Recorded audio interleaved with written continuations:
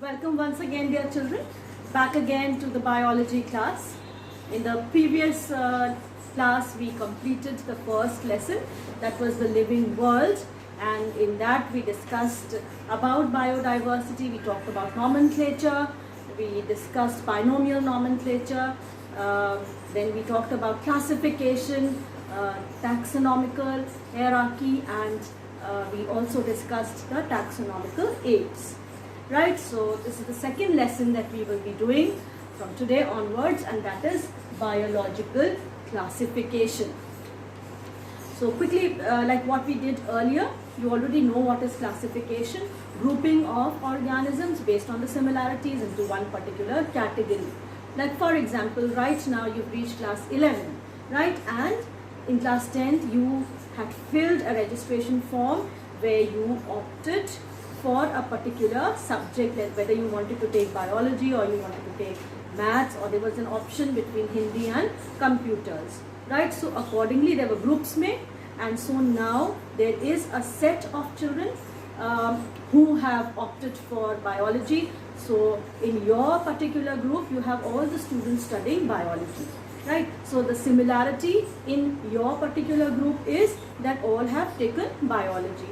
Likewise, you have a class for maths, you have a class for Hindi, and you have a class for computers. So what did the teachers do is that they divided you students based on the subjects you offered into 4 particular groups, right?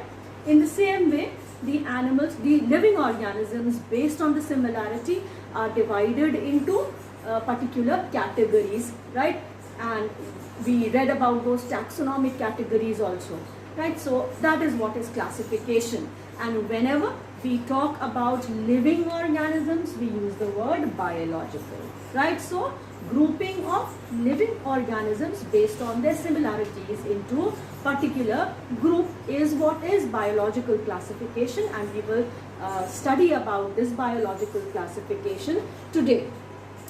So one of the major objectives of biological classification or classifying living organism is generally for academic purpose, right? Academic purpose means to know more about the organisms, the characteristic features about the organism. So once there is a particular category to which the organism is grouped or put, so if you study any one organism belonging to that particular group, you will have a general idea about the general characteristics of all the organisms belonging to that group, because otherwise it is just impossible for a person to study each and every living organism.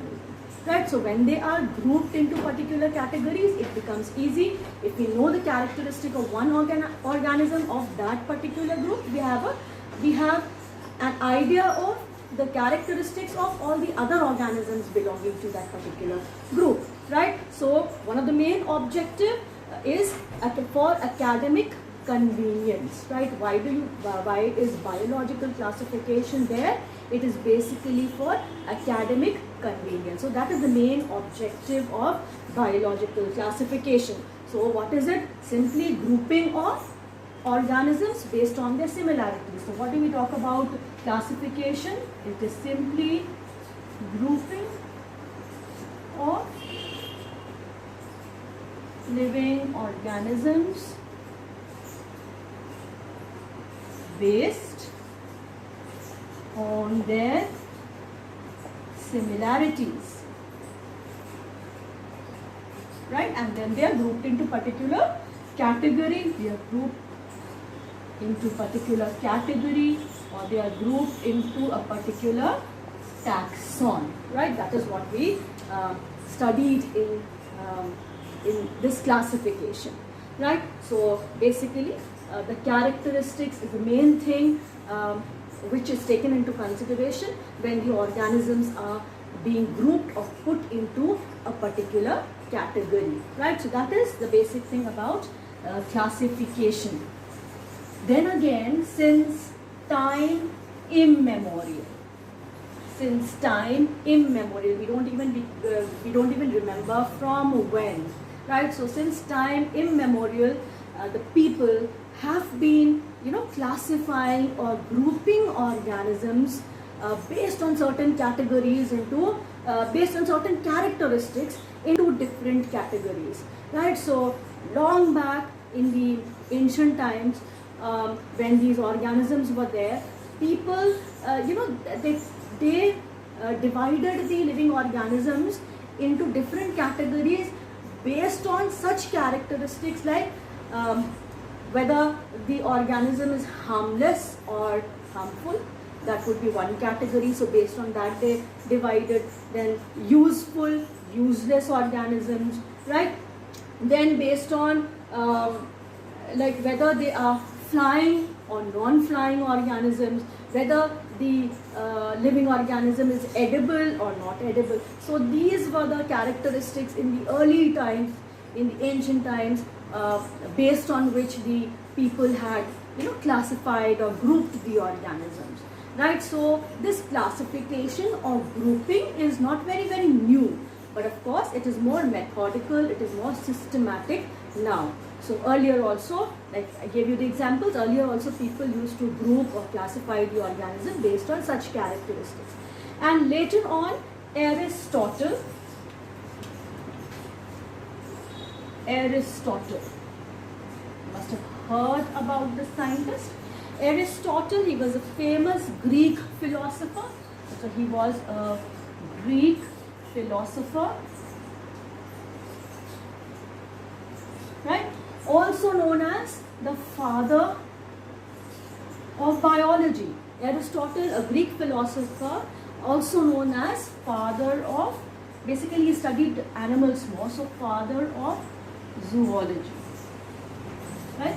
So he was also known as the father of zoology, and he classified, this was the earliest, we can say a methodical or a systematic classification that was made, and it was made for the first time by Aristotle, who was a Greek philosopher, and he was also known as the father of zoology. So he was the first scientist to classify the then known organisms, right? Why I'm saying the then known organisms? Because in those times, all the organisms, most of the organisms that of which we know now we know about, were not even discovered at that time. So whatever organisms were known till that time, he was the first scientist. Aristotle was the first scientist who had classified these organisms, and his classification was based on natural resemblances,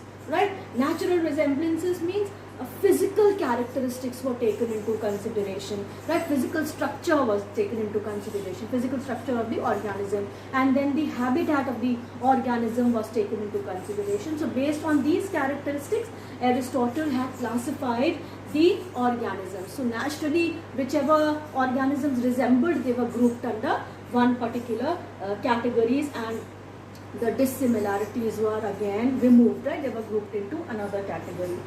So now, Aristotle, he had divided the living, the living organisms into the animal kingdom and the plant kingdom, right? So two categories Aristotle had divided the living organisms.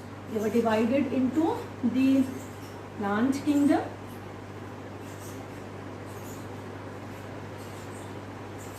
and the animal kingdom.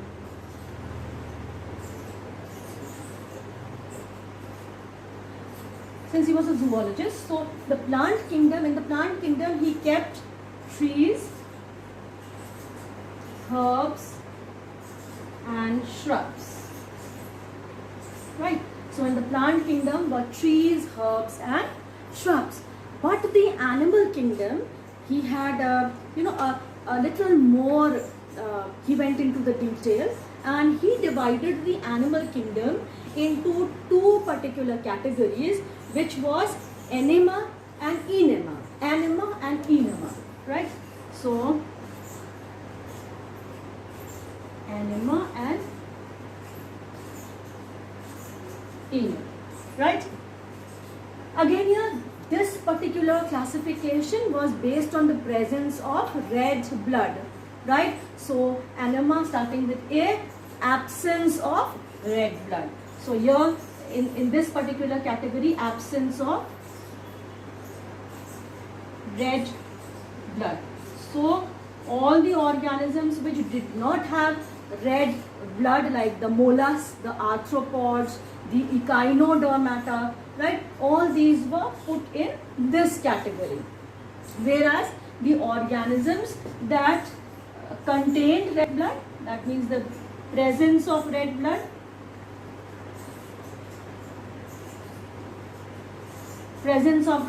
were grouped under Enema, right?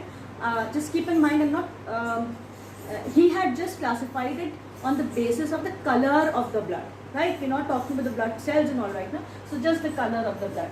So enema was the presence of red blood. Then further, enema was classified, further divided into organisms which were viviparous and those that were oviparous, right? So viviparous, giving birth to young ones, and oviparous is those organisms which lay eggs, right? So enema was further classified into viviparous and oviparous. So I'll just write it here.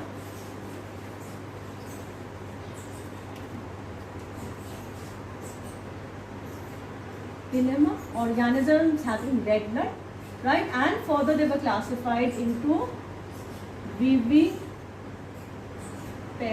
and oviparous organisms. Viviparous, giving birth to young ones, right? Oviparous, laying eggs. Those organisms that lay eggs. So that was the classification of Aristotle, the first scientist, a Greek philosopher known as the father of zoology. He was the first scientist who classified the organisms in a very methodical way, and he took into consideration the physical characteristics, physical features, and the habitat, right? So natural similarities, those organisms which exhibited natural similarities, like physically they were having a similar kind of structure, they were grouped into one category, and the others were grouped into the other category. So two categories, the plant kingdom and the animal kingdom, in which the plant kingdom he kept all the trees, herbs and shrubs, and in the animal kingdom he divided it into enema, animals having red bloods, and enema, animals, enema is absence of red blood, and enema, the presence of red blood. So enema was further divided into viviparous and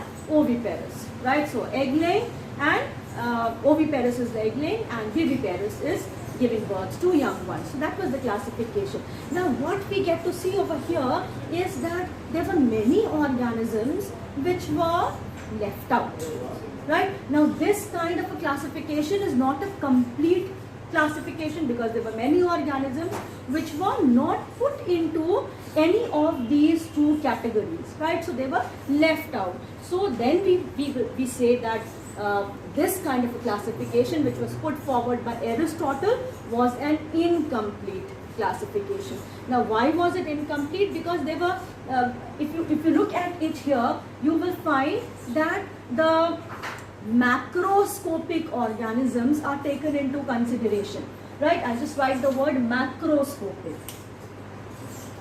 M-A-C-R-O, macroscopic. What are macroscopic organisms? The organisms which are large, right? Large and visible are macroscopic organisms. But if we look at it here, we'll find that the microscopic organisms were not taken into consideration. Maybe the possibility is at that time the microscopic organisms were not discovered, right? So since they were not discovered, so it was of course not studied, and so there was no place for the microscopic organisms. Later on, of course, when they were discovered, so further, the classification had to be more detailed to include those organisms also. But as of in the times of Aristotle, the microscopic organisms were not taken into consideration, right? After Aristotle, even Carolus Linnaeus, right, of almost the same time, Carolus Linnaeus also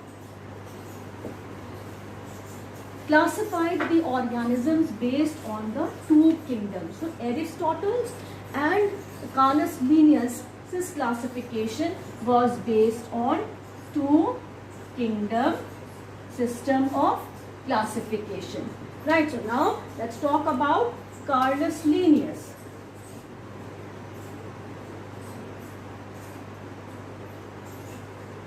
Carnus Linnaeus also classified the living organisms based on the two kingdoms, that is the kingdom Plantae and the kingdom Animalia. Right, so all the plants were included under Plantae and all the animals were included under Animalia. Now, Carnus Linnaeus's classification was a bit more detailed classification, although it was also the two kingdom system of classification, same as Aristotle's, but this was he had studied the organisms more, so this was a little detailed classification, as his classification was based on the similarities of body parts, the size of the organism, the structure of the organism, right? The mode of nutrition was also taken into consideration over here, and structural similarities were also considered over here. So a little more detailed kind of classification, and the taxonomical hierarchy was also put forward by Carnus Linnaeus, right? So these organisms were also grouped under the various taxons, right? So this is why we say that the classification of Linnaeus was a little more detailed classification, because by that time the taxonomical hierarchy, the taxonomy, etc., those taxon and all were put forward by Carnus Linnaeus, and based on the characteristics these organisms were put into different categories. So it was more systematic as compared to Aristotle. So what are the merits? That these plants and animals, they were divided into two kingdoms, and of course in these two kingdoms there were various taxons present. So according to the characteristics, these organisms were fit into the different taxons. So more methodical and a more detailed and a more systematic approach Carnus Linnaeus had towards the classification of organisms. And then again another merit is that this initiated a more systematic study towards classification. So Carnus Linnaeus was again the first one who went into the detail, right, and made the classification better than Aristotle, and then of course it initiated more study that led to the scientists studying the organisms more into detail and putting in making the classifications more better. But there were certain demerits. Still, if you see over here, the microorganisms were still not considered, right? So there is no group for the microorganisms put over here, even by Linnaeus, right? So the microorganisms, again the microorganisms in that time may not have been discovered, they might have not known about the microorganisms, and that is why there is no different category for the microorganisms. Then again there were organisms like slime mold and euglena, right? They were put in the same category, and then there was no separate position for the prokaryotic organisms. That means the eukaryotes and the prokaryotes both were put in the same category, right? So going into the detailed approach, the prokaryotes and the eukaryotes were not differentiated. They were put under the same category. Organisms like slime mold and euglena again were put under the same category. That means photosynthetic and non-photosynthetic organisms were also put into the same category, right? So these were the things which were not taken into consideration. That means eukaryotes, prokaryotes into one, all mixed. Non-photosynthetic and photosynthetic put into one, again all mixed. So these were the demerits which were found in the two kingdom system of classification, which was put forward by Carnus Linnaeus. Again, one more thing, the unicellular and the multicellular organisms were also not differentiated, right? So because of which this classification was also said to be a kind of an incomplete classification, right? So as and when more and more organisms were discovered, right, the microscopic organisms were discovered, so the insufficiency of this kind of classification was realized, right? So then it was thought that the classification has to be, done into more detail, so that the new discoveries can also be put into that into a particular group, right? The microorganisms, when they were discovered, a separate group should be there where the microorganisms could be put, and characteristics like prokaryotic cell, eukaryotic cells should be taken into consideration. Photosynthetic and non-photosynthetic organisms also should be taken into consideration. So as and when the need arose, other systems of classification were also found. Now in your NCERT book, you will be studying only two systems of classification. One is the two kingdom system of classification, and the other is the five kingdom system of classification. But from two kingdom system of classification, no scientist jumped directly into the five kingdom system of classification. That means there was something in between the two kingdom system of classification and the five kingdom system of classification, which is not included in your book, right? Even though it is not included in your book, we will just very, very briefly go through the other two kingdom system of classification, which comes in between the two kingdom and the five kingdom, so that you can relate things well, right? Only because of that, so that you know what happened in between, and how, since you're studying biology, it is important for you to know such things. So you will know how from two kingdom system we have another kingdom system that is called the three kingdom system of classification. Now at this time, when Carolus Linnaeus was there was another scientist known as Ernest Mayr, right? Ernest Mayr. Ernst Mayr, that is how it is spelled. Ernst Mayr, who was, known as the Darwin of the 20th century. Right? He was known as the Darwin of the 20th century because he had put forward the biological concept of species. Right? So he was known as the Darwin of the 20th century, and he had put forward the biological classification, or we can say concept of species, right? So biological concept of species. What is the biological concept of species? That members belonging to a particular species can interbreed and they have maximum similar characteristics present, right? So this was put forward by Ernest Mayr. Right, now we come to, after the two kingdom system of classification, we come to the next kingdom system of classification, which was the three kingdom system of classification, right? So up till now what happened? Sorry, it was the three kingdom system of classification. So up till now there were two kingdoms that were known, which was Plantae, or the plant kingdom, and Animalia, which was the animal kingdom, right? So when the microorganisms were discovered, right, then another kingdom was added to that, and this kingdom that was added was known as Protista. Protista, right? Now this three kingdom system of classification was put forward by Ernest Haeckel, right? So this was in the 1860s, probably in the 1866, put forward by Ernest Haeckel.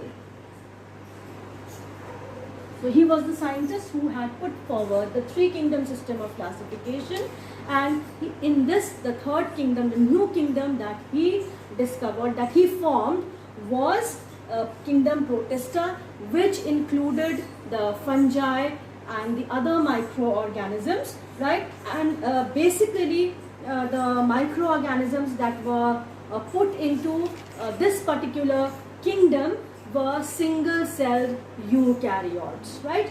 So single-celled eukaryotes. So we can say here that they were fungi, they were microorganisms few microorganisms that were put in the kingdom Protista, and basically the microorganisms that were put in this particular kingdom were single celled eukaryotes.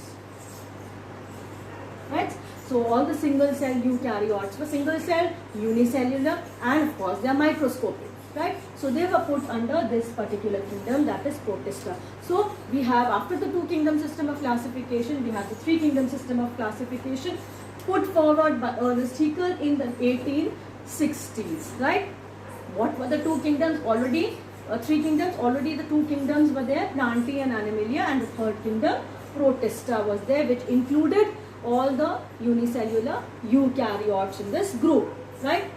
Now again, of course, yes, those animals again which were left over here after these two classifications were grouped into the third kingdom. Right? Again, there were many organisms which were still left out.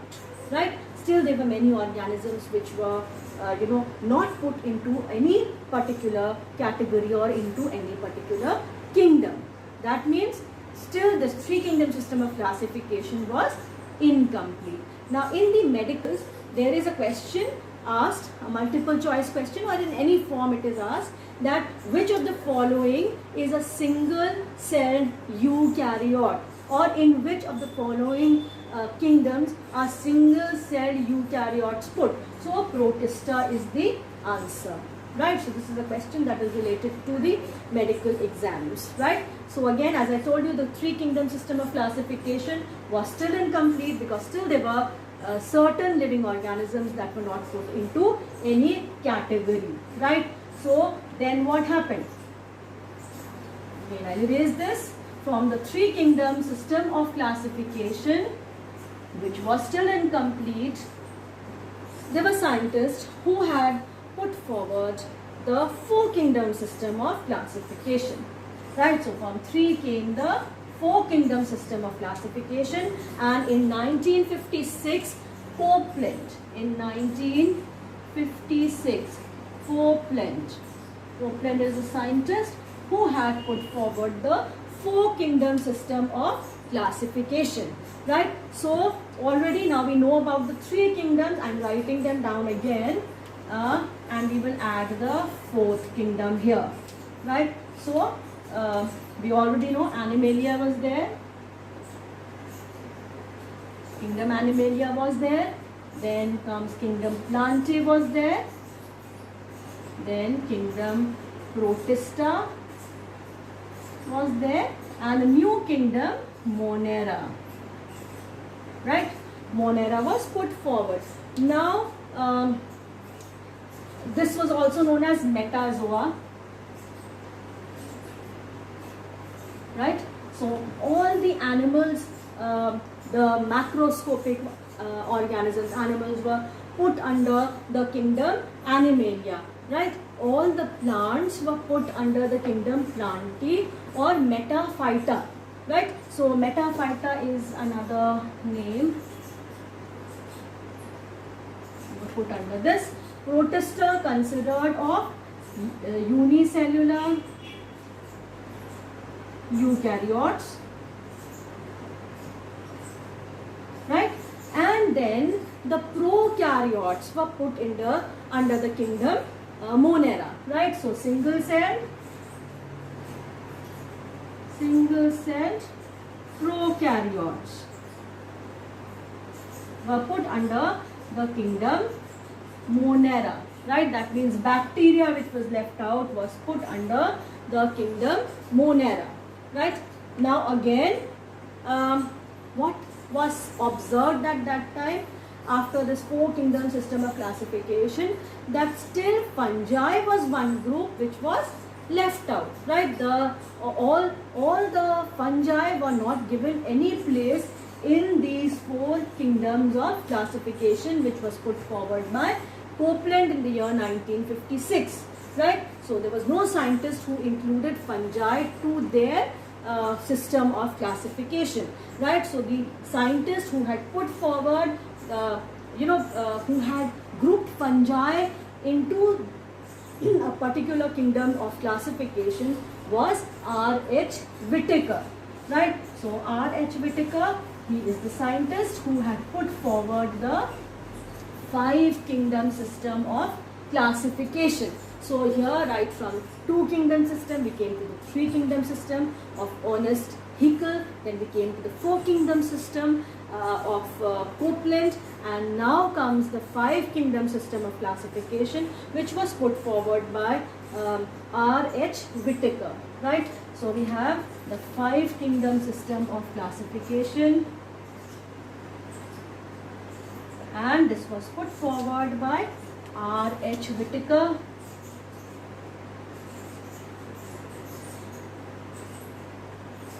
In the year 1969, right? So this was this was the classification which was put forward by Whittaker, right? In 1969, the 5 kingdom system of classification. Now, R.H. Whittaker was an American taxonomist, and he had put forward the 5 kingdom system. So we know already that Monera was there. So let's write this. Right, the 5 kingdoms. Monera was there. We know which animals are placed in this. Then Protista. Third was the fungi were grouped now. Then comes the Plantae. And then comes the kingdom Animalia. Right, so these were the 5 kingdoms put forward by R.H. Whittaker, and still viruses had no place in any of these kingdoms. Right, so viruses were still not grouped. Right, so we will study about the 4 kingdom systems of classification, and we will learn about what were the basic, what was the basis of this 5 kingdom system of classification. Basis means what were the characteristics which were considered by R.H. Whittaker, based on which he divided the organisms into these 5 kingdoms, that is Monera, Protista, Fungi, Plantae and Animalia. Right, so we'll go slightly into the detail of the basis of the 5 kingdom system of classification. Right, so what characteristics he considered as a part of or as the basis of the 5 kingdom systems of classification was, number 1, the cell structure. Right, or it also told about the presence of or absence of cell wall. Right, the second characteristics which was taken into consideration was the thallus organization. Thallus organization, whether the body is differentiated into different parts or not. So that was the thallus organization, right? So differentiation of the parts of the body into different, parts. A body being divided into different parts. So that was seen, how much is the body divided, or it is just, a mass of cells that is there. So that was thallus organization. The third characteristic was the mode of nutrition. Right, so mode of nutrition, whether they are autotrophs or whether they are heterotrophs, and if they are autotrophs, then what kind of autotrophs, and if they are heterotrophs, then what type of heterotrophs are they. So that was also taken into consideration. Mode of reproduction. Mode of reproduction was another thing that was taken, whether they are asexually reproducing organisms or whether they are sexually reproducing organisms. Next characteristic was the evolutionary relationship. That is the phylogenetic relationship was also taken into consideration. According to evolution, how are these organisms related to each other, or what changes took place in the organisms over the years. That is what is the evolutionary relationship, right? So again, and other things that were taken into consideration was whether the organism is a eukaryote or a prokaryote, right? So cellular organization of the organisms. So these were the characteristics that were taken into consideration. Now a little more into the detail we will go. So and of course this was the most prevalent classification of that time, right? So I would say in fact this is the prevailing classification. This 5 kingdom system of classification is the most prevailing classification which we will study. Now a little more into the detail we will go, taking into consideration all these kingdoms. We will just go the basis, the characteristics based on which the organisms were divided into the different kingdoms. Based on that we will just go a little into the detail to see the characteristics, right? So I will just write the names of the kingdoms. Say here Monera, Protista, Fungi, Plantae and Animalia. Right, so these were the 5 kingdoms, and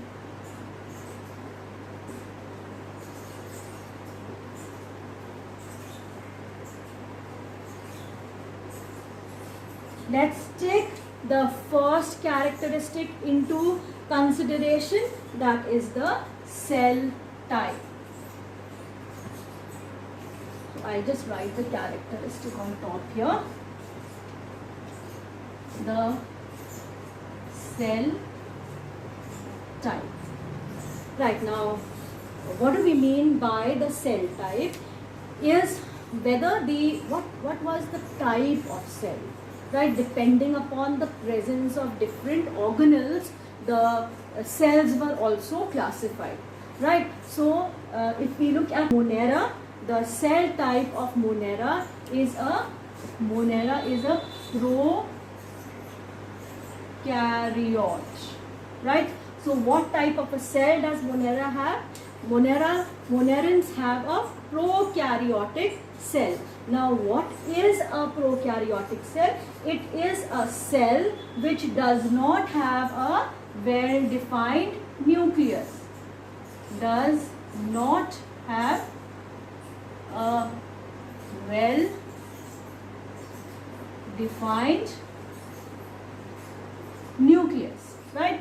And also prokaryotes do not have membrane bound organelles present inside their cell, right? So if you remember, you studied the structure of a bacterial cell, and what we studied in that was that the DNA present in the bacterial cell is all an entangled mass, right? There is no definite nuclear membrane, right? And inside is a nucleoplasm, and then the nucleolus is present. Such kind of a structure is missing in bacteria, right? So all those organisms which do not have a well-defined nucleus and the membrane bound organelles are not present, they are grouped under prokaryotes. So Monerans had a prokaryotic cell type, right? And then we come to Protista. Protista, they were eukaryotic cells, eukaryotes.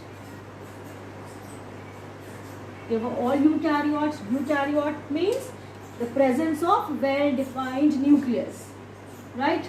Well-defined nucleus is present, and so the membrane-bound organelles are also present, right? So we know that Protista is single-cell eukaryotic cells, right? So all the single-cell unicellular eukaryotic cells were put under Protista. And then the fungi also had a eukaryotic cell. The Plantae, kingdom Plantae also has eukaryotic cell, and Animalia also has eukaryotic cell. So based on the cell type, there are 2 cell types, eukaryotes and prokaryotes. Only kingdom Monera has organisms having a prokaryotic cell, whereas rest of the organisms all have eukaryotic cell, and then they are grouped under different kingdoms. Of course, there are other characteristics that are taken into consideration, right? So this was the cell type. Now, based on the cell type, prokaryotes or eukaryotes, Let's talk about the presence of nuclear membrane. Right. Now, if a prokaryotic cell does not have a well-defined nucleus, will the nuclear membrane be present? The nuclear membrane will not be present. Right. Whereas all the eukaryotes which have a well-defined nucleus, the nuclear membrane is present in them. Right. So, prokaryotes cells not having well-defined nucleus, and so the nuclear membrane is also absent, and eukaryotes, they have a well-defined nucleus, and so the nuclear membrane is present. We come to the third characteristic, that is the presence of, just erase it like, and I'll draw the lines again. Right. So now the third characteristic that we will take into consideration is the presence of cell wall, right? So cell wall is the third characteristic of the basis of classification, right? So all the monerans, they had cell wall present, and their cell wall was is made up of simple polysaccharides plus polysaccharide sugar plus amino acids are present. They are also known as peptidoglycan, right? So presence of polysaccharide, cell wall is there, right? Made up of polysaccharide plus amino acid, right? So cell wall is present. Then we come to the next kingdom, that is protista. In protista, what happens is there are certain organisms which have a cell wall, and there are certain organisms which do not have a cell wall. So usually the organisms do not have a cell wall, and there are some which may have a cell wall. So the cell wall which is present is non-cellulose, right? We come to the third kingdom, that is fungi. Again, fungi has the cell wall present, but the cell wall present is made up of chitin, right? So it is not made up of cellulose. All the fungi have a chitinous cell wall, right? Cell wall made up of chitin. And what is this chitin made up of? It is made up of a complex chemical structure, right? A complex, we can say, sugar, which is known as N-acetylglucosamine. N-acetylglucosamine, right? So this is a question that is asked in the medicals also, that what is the cell wall of fungi made up of, and what is the sugar that is present in the cell wall of fungi. So the answer is N-acetylglucosamine, right? Then we come to the kingdom Plantae. Again here the kingdom Plantae is organisms. We know, we've studied about plants, and we know that all the plants have the cell wall is present, and the cell wall is made up of cellulose, right? So presence of cell wall and made up of cellulose, right? And then we come to the last kingdom, that is kingdom Animalia. Kingdom Animalia, the animal cells, if you remember, you studied the structure of a plant cell and an animal cell, and we know that animal cells do not have the presence of cell wall. So the outermost membrane of an animal cell is the cell membrane or the plasma membrane, right? So since there is no cell wall present over here in the animal cell, so of course there is no, we cannot talk about any kind of a chemical that makes up the cell wall. So this was the third characteristic, and we come to the next characteristic of the basic characteristics on which based on which this the five kingdoms were formed, and the next characteristics that we will take into consideration is cellular organization, right? The next characteristic that we will study is cellular organization. Now, what is this cellular organization? If you remember, you've studied the cellular organization, right? Made up of cells. If it is made up of one cell, then it is unicellular. If it is made up of more than one cell, then it is multicellular, right? Then there is tissue level of organization. You have cellular level of organization, then you have tissue level, organ level of organization, right? So all the monerans are unicellular. Unicellular means they are made up of a single cell, right? Similarly, kingdom Protista also consists organisms which are unicellular. Remember, unicellular eukaryotes, right? So Protista is unicellular. Then we come to the third, fungi. So these fungi are yeast is unicellular. Yeast is unicellular. Otherwise, the others are multicellular organisms, right? So yeast is a unicellular organism, whereas others are multicellular. Then we come to kingdom Plantae. Furthermore, complex their body is. So here we can see tissue level of organization and even organ level of organization. Similarly, in Animalia also, tissue level and organ level of organization. If you remember, you studied the different phylums and how the simpler organisms are grouped into the first few phylums, and then as we move on, the complexity of the organisms based on the structure and the presence of cell also goes on increasing, right? So tissue level and then organ level of organization is seen in Animalia also. And now we come to the last characteristic of the five kingdom system of classification based on which the organisms were classified. We will talk about the mode of nutrition. Very interesting thing. Mode of nutrition. Right. Mode of nutrition. How is nutrition obtained by the living organisms?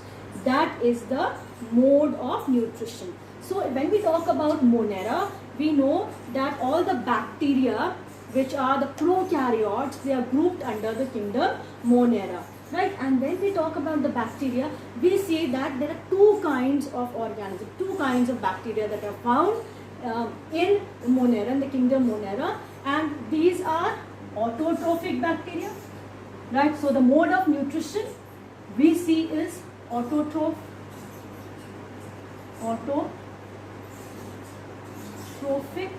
right? And we also get to see an heterotrophic mode of nutrition, right? So first let us see autotrophic. What kinds? In autotrophic mode of nutrition, we find that some of the bacteria are photosynthetic. Photosynthetic, photo means light. So manufacturing their food by getting energy from the light. Synthesis of food in the presence of light is photosynthesis, right? So all those bacteria which derive or manufacture their food getting the energy of light is they are grouped under photosynthetic category, right? Other than the photosynthetic autotrophs, there were chemosynthetic autotrophs also. They are chemosynthetic autotrophs. What are chemosynthetic autotrophs? They derive their energy from inorganic chemical substances, and then oxidation takes place of those chemicals, and then they convert the inorganic chemical substances into organic chemical substances. So basically they get the energy from chemicals, and so they are chemosynthetic bacteria, right? Then I told you that the mode of nutrition in Monera is autotrophic as well as heterotrophic, right? the heterotrophic mode of nutrition, in this mode of nutrition, there are many types, right? So the heterotrophic, we find the bacteria are parasitic as well as saprophytic. Right, we know that they are decomposers, right? What are decomposers? That, break down complex substances into simpler forms, right? And they clean the environment also, right? That is what we studied about decomposers. So heterotrophic mode of nutrition is divided into parasitic and saprophytic. So we find some bacteria which are heterotrophic, they may be parasitic, and some may be saprophytic. So what's the difference between a parasite and a saprophyte? Parasites are those organisms which derive their nutrition from living host, right? Parasites derive their nutrition from living host. If the parasite is found outside the body, on the outer surface of the body, then they are known as ectoparasite. And if they are found inside the body, like the bacteria Escherichia coli inside the body, they are known as endoparasite, right? So parasites, they derive the nutrition from living host, and then if they are on the outer surface of the body, then they are ectoparasites, and if they are found inside the body, then they are endoparasites. Then comes saprophytes. What is the difference now? The from the parasites. The saprophytes, they derive their nutrition from living host, dead host. The saprophytes, they derive their nutrition from dead host. This is the main difference. Parasite derive their nutrition from living host, and saprophytes derive their nutrition from dead host, right? So that was about the mode of nutrition in Monera, right? And I'll just erase this part. Right. So the next kingdom that we will talk about in the mode of nutrition is Protista, right? So we discussed that eukaryotic single-celled organisms are put under Protista. So Protista also, they show autotrophic mode of nutrition, especially they are all photosynthetic organisms, right? So autotrophic mode of nutrition, and they are photosynthetic.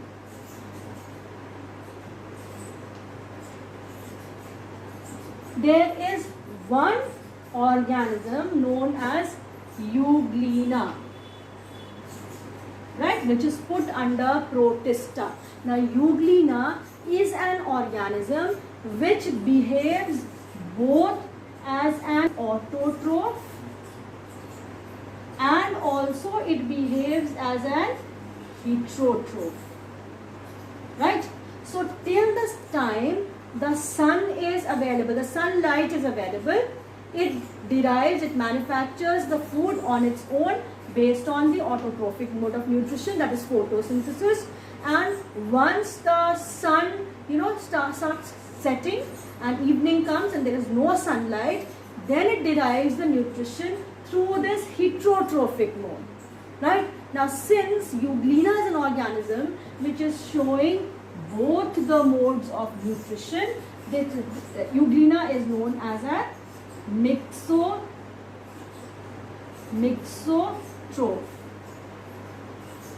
right? So this is again asked in the medicals about Euglena, right? Name an organism which is a mixotroph, or what kind of mode of nutrition is shown by Euglena, right? So Euglena is a mixotroph.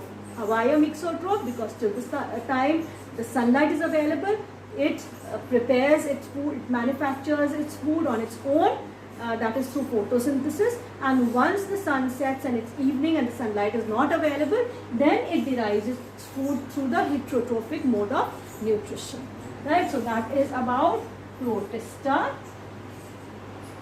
and Euglena that we talked about. And now we come to the next kingdom, that is fungi. Fungi are all heterotrophs because they cannot manufacture their own food. Heterotrophs. right? So they cannot manufacture their own food, so they are grouped under heterotrophs. And again, we talked about heterotrophs as a parasitic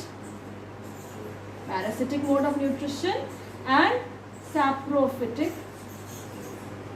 mode of nutrition. So both is seen in fungi, right? So parasitic, deriving nutrition from the living host, and saprophytic, deriving nutrition from the dead host. You must have seen that during the rainy season, moist conditions, on the moist wood or moist leather, you can see some white cottony thing growing, right? So that is the fungus which is deriving its nutrition from a dead host, right? Similarly, parasites deriving, we suffer from, at times we suffer from fungal infection or skin infection, fungal infection, especially the swimmers, right? Water gets into the ear, so they suffer from that fungal infection. So that is deriving, that's a parasitic fungi, so deriving nutrition from the living host. Right, so we talked about fungi being a heterotroph, and it derives its nutrition as a parasite from the living host and as a saprophyte from the dead host. Next kingdom is kingdom Plantae, and we all know that plants are autotrophs, right? What kind of autotrophs? They manufacture their food by the process called photosynthesis, right? Synthesis means to manufacture, to make photo in the presence of sunlight, so photosynthesis. And now we come to the last kingdom, that is kingdom Animalia, right? Kingdom Animalia, all animals are heterotrophs. Heterotrophs means they cannot manufacture food on their own, right? And under heterotrophs, we've already studied parasitic mode of nutrition, and we've studied saprophytic mode of nutrition, right? And one more that we will study, which is found in human beings also, right, is the holozoic mode of nutrition, right? We already know what are parasites, we already know what are saprophytes, and the third mode of nutrition under heterotrophic mode of nutrition is holozoic. So it's a 5-step process. The first step under this is ingestion. Ingestion is putting the food in the mouth. Now the moment you put the food in your mouth, the saliva contains an enzyme which breaks the food into simpler forms, right? So as the food moves down the alimentary canal, it passes through various organs. There are various secretions of enzymes and digestive juices which breaks the complex food material into simpler forms. So this breaking of the complex food material into simpler form is known as digestion. So the second step of the holozoic mode of nutrition is digestion, right? So digestion is completed in the small intestine, right? And the inner walls of the small intestine are thrown into finger-like projections. They're folds, right, which look like fingers, right? So these finger-like projections are called villi, and each villus is lined by blood capillaries. So what is the function of the villi? Is to absorb the digested food. So the third step of the holozoic mode of nutrition is absorption, right? So once the food is absorbed, taken by the blood cells, the blood carries the food to various parts of the body, and it distributes the food to various cells. Now once each cell gets the nutrient, what does it do? It forms something bigger, right, to be utilized by the cell. So the next is assimilation. The next step is assimilation, utilization of the nutrients that have been distributed to each cell. How is that nutrient utilized? And once it is utilized, then there are certain things that are left over which is not required by the body, so that needs to be removed by the body, right? So the last step is egestion, removal of the undigested food is egestion, and that is by the way of the fecal matter, that feces. So that is the digestion. So we see Holozoic mode of nutrition has 5 steps: ingestion, digestion, absorption, assimilation and egestion. So this was the last characteristic that we had to do, and with this we have completed the basic characteristics of the 5 kingdom system of classification. We've had an overview of the 5 kingdom system of classification, and from the next class we'll go into detail of each kingdom. So till then you please read the lesson well, revise it, complete the assignments, and we meet again in the next class. Thank you.